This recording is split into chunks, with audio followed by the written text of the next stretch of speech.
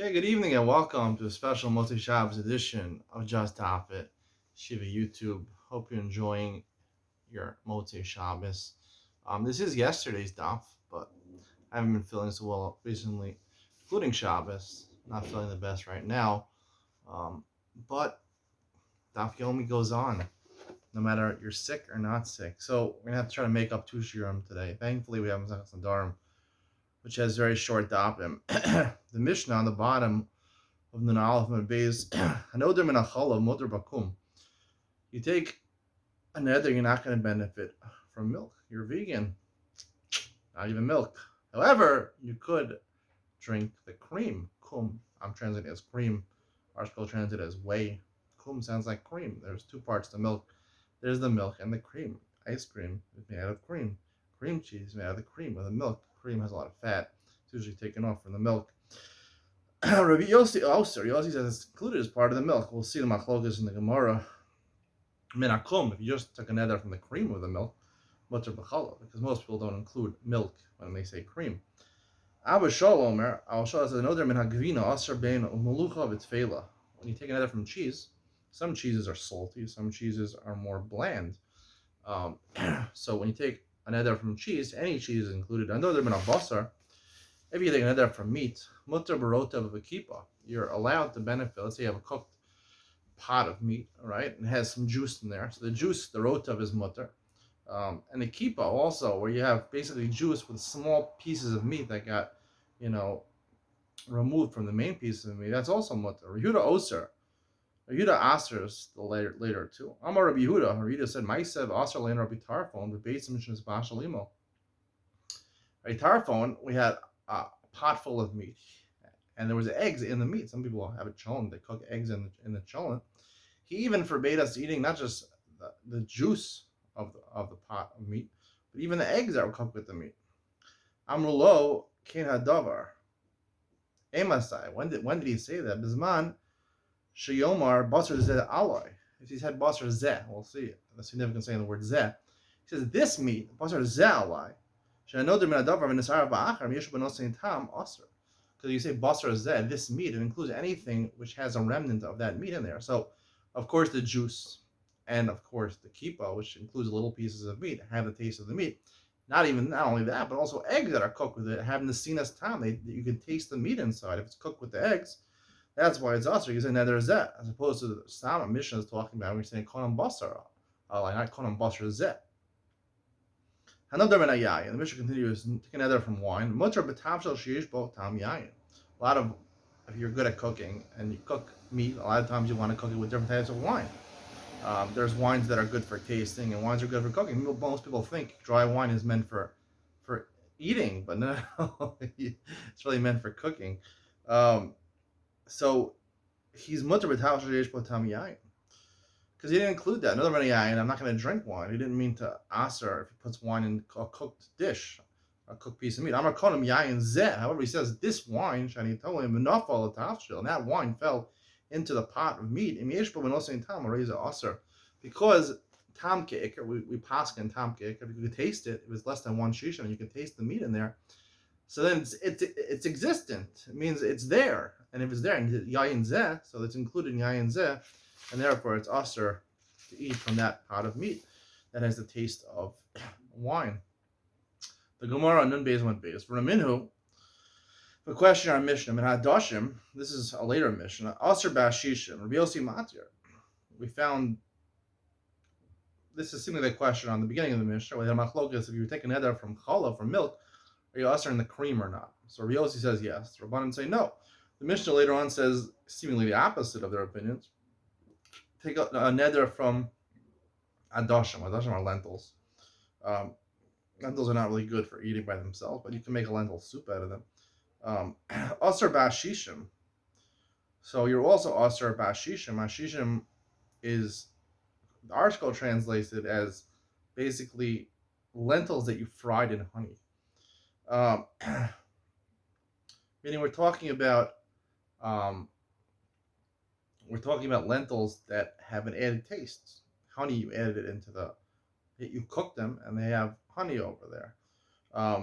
or what I think it really means, is that you took the lentils and you imparted the taste of the lentils into the honey and used that. I mean, the lentils are not good for anything, right? We know from lentil soup from Yaakov, and Esav, Adom Azeh, right? Esav, he was the biggest Russia, right? Because he wasn't a gourmet chef or a gourmet taster. He wasn't interested in gourmet food. This red stuff. I don't know. You have to tell me what type of soup it is. That's the worst type of Russia, where he doesn't care about what food he's eating. Just give me some red stuff. Everyone says, he was a Gashmiistic thing. No, he was the opposite of a Gashmi. He wasn't materialism at all. He was uncouth. He was not. He didn't have proper etiquette. He didn't enjoy gourmet food. Aser bashishim. So the Chum say, if you take an eder from adash and lentils, you're also aser in something honey, which has a taste of lentils. Riosi matir. Now, cream has a taste of milk. It has more than the taste of milk. It tastes better than milk, right? That's what make ice cream out of it.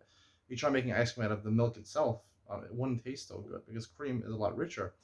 So aser bashisha and Rabbi Yossi matir. Yossi says not included the higher element, right, which is the honey, which has just a part of the taste of lentils. Lentils are not good for eating themselves, but they do impart a good taste in honey. So in that case, Riosi Matter, he doesn't include it in the higher class thing. And Rabbanan say it is included. Lo kasha, Marki Asra. The Gemara says, no, it depends where they were located. Ba'asri the Rabbanan, Karo Lechalba Chalba, Ulakuma Kuma. Right? The Mishnah, which talks about is chalav and milk, in the place where the Rabbanan lived, we're going to talk about what is a place, a town, a hamlet, or maybe a state or a country. How big does the place have to be? So in that place, they called chalva chalva, they called milk, lukuma lukuma, they called cream, which most people do. But actually, the Rabbi Yossi, lukuma nami karle, lukuma nami karle kuma, the chalva. Cream they used to call, they didn't say just cream is cream of the milk. They called it cream of the milk, so therefore when you took another from milk, cream is included. That's why Rabbi Yossi in the Mishnah included kum, but normally he wouldn't include it.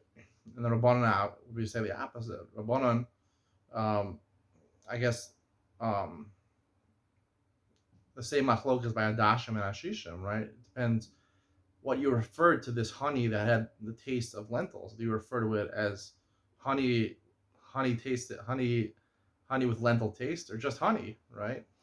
Do you give significance to that? That's what we're going to learn about. If you give significance, if you mention those words, a lot of times they will be included in the nether.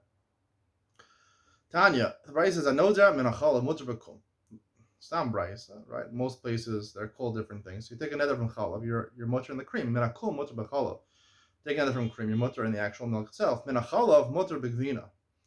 If you take another from chalav, you're mutter in cheese, right? Even though cheese is made out of milk, it's still not the same thing. Minachvina mutter b'chalav. Take another from cheese, you're allowed to have milk. Minarotev. Take another, you're not going to benefit from the juice of a pot of meat. Mutter b'kipa. You're allowed to have the juice that has small pieces of meat in it. Minakipa, if you only says you're not going to get benefit from the juice that has small pieces of meat, and then mutter b'rotev, then you're mutter in the sauce, which is, or the liquid, which does not have any parts of meat. Imamar basar ze'ala. Again, he says basar zeh. This piece of meat, asar bo b'rotva v'kipo, right? Because anything, once you say zeh, this piece of meat, so anytime you have the taste of the meat, even if it's just the liquid, the broth that comes from the pot of meat, so therefore it has a taste of the meat, so therefore it's asr. Im Amar,